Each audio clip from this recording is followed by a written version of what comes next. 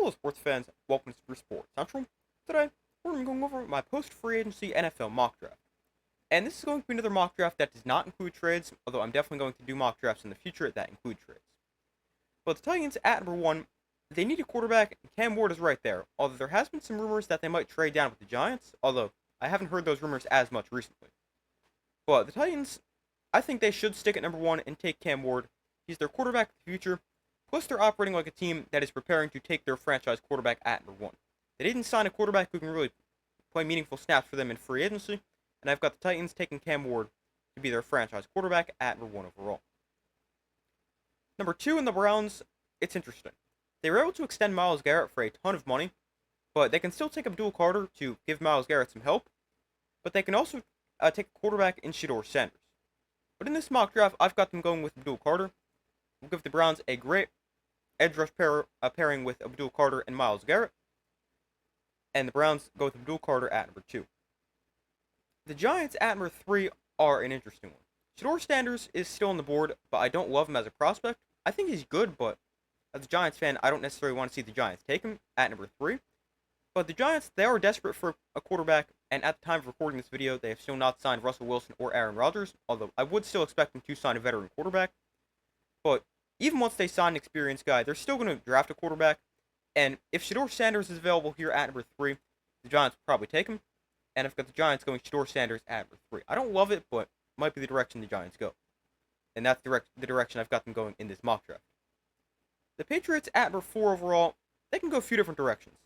They can take wide receiver Tedero McMillan, they can take Travis Hunter, Mason Graham, or a lineman like Will Campbell. But here at number 4, I've got the Patriots taking Travis Hunter. He is a great player. They need a corner and a receiver. He can potentially play both. He is a great prospect and fills potentially both positions of need for the Patriots.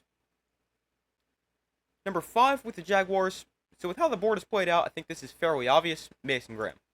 He is a really good player. The Jaguars need help on the interior of the offensive line. Mason Graham was very productive at Michigan, a unanimous All-American this past season. Really strong, a great player for the Jaguars. Number 6, you've got the Raiders. So the Raiders, they made one of the bigger moves of the offseason so far by trading for Geno Smith. And I think that changes what the Raiders could do in the draft. Because they could have taken quarterback, and I still don't think quarterback is out of the question, but I would be shocked if they take a quarterback in the first round. But now the Raiders, they need weapons. They could take Tedero McMillan, Ashton Jeanty. You really can't go wrong with either. I've got them taking McMillan. He is a 6'5" receiver from Arizona, an insane catch radius, and he gives the Raiders another weapon besides Brock Bowers. The Jets at number 7 are an interesting one. They don't really need a quarterback anymore after they signed Justin Fields, although I'm not the biggest Justin Fields fan, and I don't love the signing of him. But I think that eliminates the chance the Jets go quarterback here at number 7, and instead I've got them taking LSU's Will Campbell. He is likely the best lineman in the draft. The Jets, they need some help along the offensive line. Campbell can play outside or inside, and the Jets take Will Campbell at number 7. The Panthers at number 8, I've got them taking a linebacker, Jalen Walker from Georgia. He is a really good player. The same pick I had for my pre-combine mock draft, but Jalen Walker, an insane athlete, and he can play off-ball linebacker, edge rusher, really gives the Panthers a fun player on defense, and I really like the fit there at number 8. The Saints at number 9. They're another interesting one because they can go several different directions. They can take a lineman, maybe Tyler Warren, but I've got the Saints taking corner Will Johnson from Michigan. He is another really good player. He's the top corner in this draft class. He got hurt midway through this past season, but he's still a really good player. There's questions about his long speed, especially after he didn't run a 40 at the combine, but he is really quick in short distances and a great prospect. We get to the Bears at number 10 overall, and everyone had the Bears taking a lineman before free agency, and they still could take a lineman here at number 10, but they added Joe Thuney, Jonah Jackson, and Drew Dahlman, so the offensive line is not a huge problem anymore. Although, I still don't think it's out of the question taking linemen like Armand Membu. But here at number 10, I've got the Bears taking Ashton Jeanty. He can be really fun behind this new-look Bears offensive line. He is an elite running back prospect with an unbelievable combination of speed, strength, and elusiveness, and a great player for the Bears at number 10. The 49ers at number 11 overall, they lost a lot of players in free agency. And because of that, there's some more holes in this team than there were before. But the 49ers, they could take a lineman like Armand Membu, they could take an edge rusher, or somebody else, but I've got the 49ers improving the offensive line with Missouri tackle Armand Membu. He might move inside at the next level, but he is a really good player, an insane athlete, also provides versatility along the offensive line. The Cowboys at number 12. A lot of people have had them taking a running back in Ashton Jeanty, but he's off the board to the Bears 2 picks before, and they could take a receiver in Matthew Golden from Texas, but instead I've got them taking another Texas player in offensive tackle Kelvin Banks Jr. He is a really good player. They keep him in the same state of Texas. He's another player might have to move inside to guard, but wherever he plays, he's going to help replace the loss of Zach Martin, who retired earlier this offseason. Number 13 overall with the Dolphins. So they're an interesting one. They could take an offensive lineman with somebody like Josh Simmons from Ohio State, but I've got them taking Shamir Stewart from Texas A&M. He is a really good prospect. He wasn't the most productive in college, but an insane athlete, great size, and he has got a ton of potential because of his size and athleticism, and I've got the Dolphins taking Shamir Stewart at number 13. The Colts at number 14. Tyler Warren to the Colts has been a very popular pick, and I'm also going to go Tyler Warren to the Colts. He is a great player, an extremely unique skill set for the tight end position. He's a good pass catcher, a good blocker, and very good with the ball in his hands, and I've got the Colts taking Warren at 14. Number 15, you got the Falcons. They did sign Leonard Floyd in free agency, but they still need help along the defensive line to help with pass rush, which was awful this past season. And the Falcons, they can go a couple of different directions. They can take Georgia's Mykel Williams, they can take Mike Green at a Marshall, and in this mock draft, I've got them going with Mike Green. There is some potential off-field concerns for him, but he is a great player, was extremely productive at Marshall with 17 sacks this past season, and the Falcons continue to improve their pass rush with Mike Green at number 15. Number 16 overall, we've got the Cardinals.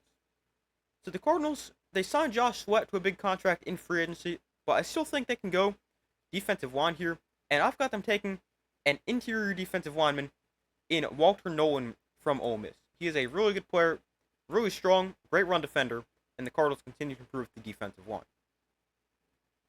Getting into the second half of the first round, beginning with the Bengals at number 17. So this pick feels like it has to be defense. They're working on extensions for Jamar Chase and T. Higgins. Trey Hendrickson might get traded, so it seems like the Bengals have to use this pick on a defensive player. I've got them going edge rusher with this pick. The question just becomes which one? James Pierce, Mykel Williams. I've got them going with James Pierce Jr. from Tennessee. He is extremely fast, a great athlete. Another player where there are some potential character concerns, but he's a great player and can help replace Trey Hendrickson if the Bengals do end up trading him. The Seahawks at number 18, they're a team that's made some big moves so far this offseason. They traded away Geno Smith and DK Metcalf and replaced them with Cooper Kupp and Sam Darnold.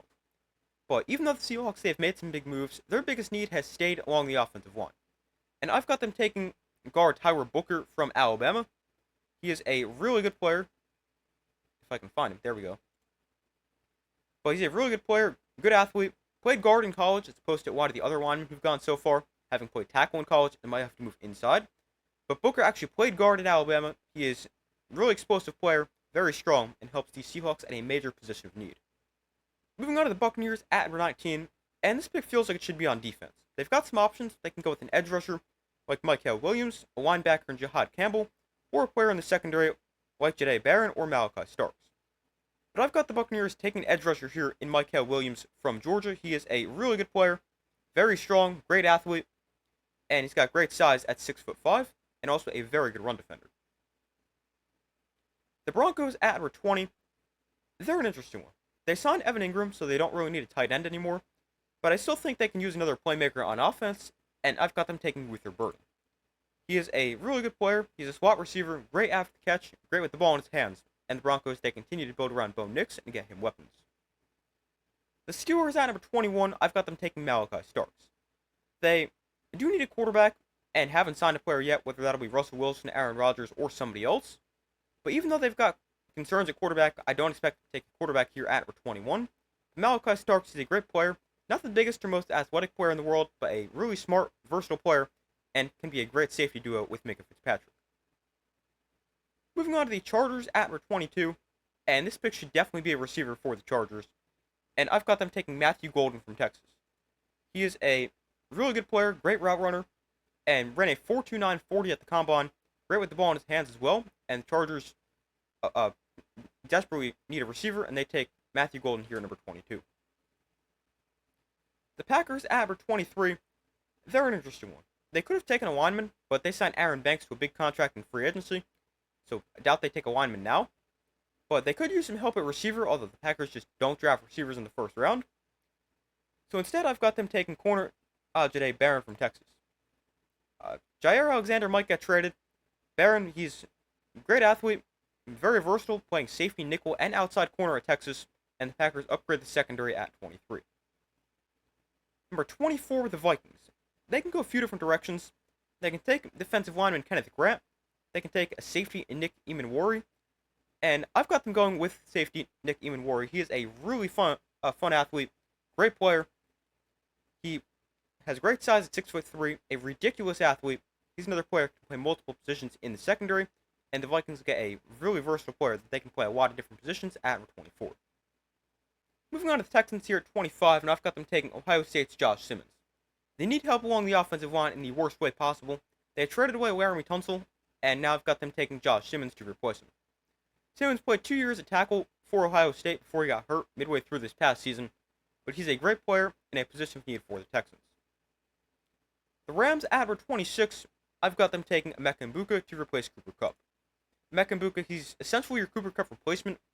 He is very similar to Cooper Kupp, great route runner, really good with the ball in his hands, and the Rams replace Cooper Kupp with Emeka Egbuka here at 26. The Ravens at 27, they're interesting here. I've got them taking Nick Scorton from Texas A&M. I don't think he's a lock for the first round at all, but he's a good player. He wasn't great this past year at Texas A&M, but he was still solid. But he was much better with Purdue in 2023 before he transferred, but he's still a really good player. He's got good size, 6'4", 285, and the Ravens grab Nick Scorton at 27. The Lions at number 28, I've got them taking Michigan defensive lineman Kenneth Grant. He is a really good player. He is 340 pounds, a great athlete for his size, pretty good pass rusher too. And Kenneth Grant gives the Lions another interior defensive lineman here late in the first round. The Commanders at number 29, they've had a nice offseason so far, as they've traded for Deebo Samuel and Laramie Tunsil. And because of that, they've got some options here at number 29, but I've got them taking Alabama linebacker Jahad Campbell. He is extremely athletic, he's a good pass rusher for an off-ball linebacker as well, and a really fun player for the Commanders at 29.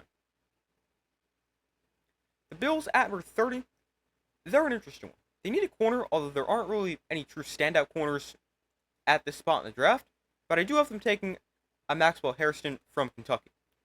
He is really fast, he ran a 4.28 40 at the combine, and he's a good player, and I've got the Bills taking Harrison here at 30. 31 to the Chiefs. So they still need help along the offensive line. They signed tackle Jalen Moore in free agency, which could solve their left tackle problem, although I don't really view him as a major upgrade because he started just 12 games in his career. I still think there's a chance the Chiefs take a tackle, but after signing Moore in free agency, I think that kind of eliminates the chance that they take Josh Connerly here. But instead, I've got them taking a different Oregon player in Derek Harmon. They can definitely improve the interior of the defensive line. Harmon is a really good athlete, a good passer from the interior as well. And I've got the Chiefs taking Harmon here at 31. And the Eagles at number 32, I've got them taking Boston College edge rusher Donovan Ezeraku. He's a little bit smaller at 6'2", 247. He's still a really good player. Plus the Eagles, they've already shown they can take a player who's a little bit smaller. They took Nolan Smith, who's actually even smaller than Ezeraku back in 2023 in the first round, so not afraid to do it. And Ezeraku, a really good player, was very productive this past season with Boston College with 14 sacks, and he helps the Eagles replace Josh Sweat and Milton Williams along the defensive line. But that is my post-free agency NFL mock draft. Thank you guys for watching. Be sure to like this video, subscribe, turn notifications. I do my best to post as often as possible, and I will see you in the next video.